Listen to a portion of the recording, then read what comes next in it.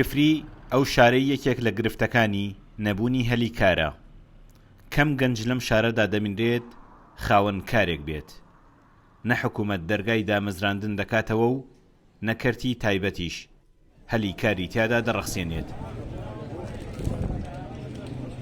گەنج ئێمە کە پەیمانگاتەوە کە زانکۆتەوەکە ناوێ ئەمەل بکرێت لە ئیشەکە، ناوێ ئەمەل بکرێت لە شەهادەکەی خۆی.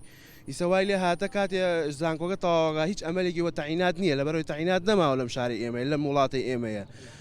ئەوێ حکوومەت لایەنی پەیوەندیدار بێنە سەر خەت کارگەمان بۆدان مەعمەلمان بۆدان با بکەوێت سەر ئیش مەعمەلێکمان بۆدان لایەنی کەم و 500 بۆ 600 گەنجەکەوێتە سەر ئیش شارەکە بژێتەوە. گەنج پێویستیەوە کارگێکدا مەزن گەنجەکانمان تەعینکەن، یان دوو لە کارگەکە ئیش بکەن. گەنجی وامانەیە 10 ساڵە 11 ساڵە تەخەڕجی کرۆ مەکتەبی تاواگرۆ بێ ئیشە، ئەوە تا شارەکە هەمومانێ بینی بە چاوی خۆمان بارەکەن، کەسی تیان نەماوە.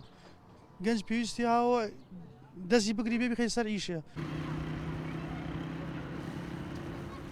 شارێک کە لە سەردەمێکدا شاڕەی بازرگانی نێوان شام و عێراق بووە، ئێستا نە ڕێگای بازرگانیەکەی ماوە و نە دوو کارگەی تیادایە کە گەنج بخاتە سەر کار. حکوومەت و وەبەرهێنەرانیش خەمی ئەم شارەیان لە کۆڵ داگرتووە. لە استثمارە ئێمە ڕیزبەندی کراوە لە نێوان ناوچەکانە.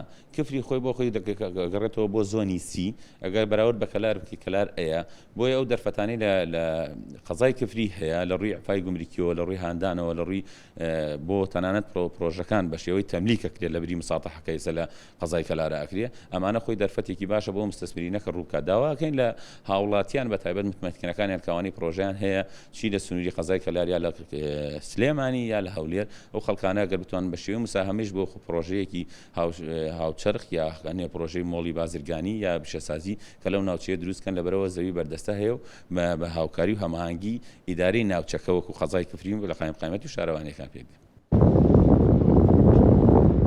ئەمە کارکردنە لە پرۆژەی وەبەرهێنانی کارگەی ئاسن لە دەرەوەی شارەکە، تاکە ئومێدە بۆ ڕەخساندنی چەند هەلێکی کار لەوە بترازێت پرۆژەیەکی تر شک نابرێت کە بیری گەنج لە جێهێشتنی شارەکەوە بۆ خەم لە ئایندەی بگۆڕێت. سامانکەریم کورد، چاد نیوز، کفری.